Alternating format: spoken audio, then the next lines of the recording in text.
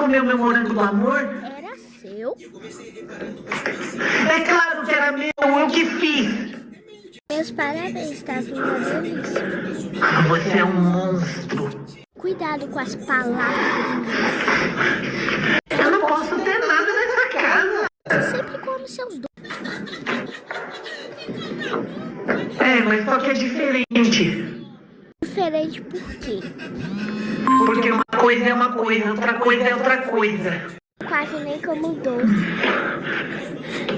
E além do mais, eu ia dar esse morango do amor pro meu professor de matemática. Você gosta dele?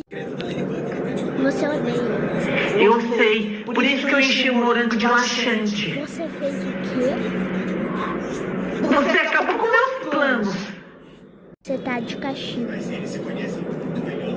Por quê? Credo?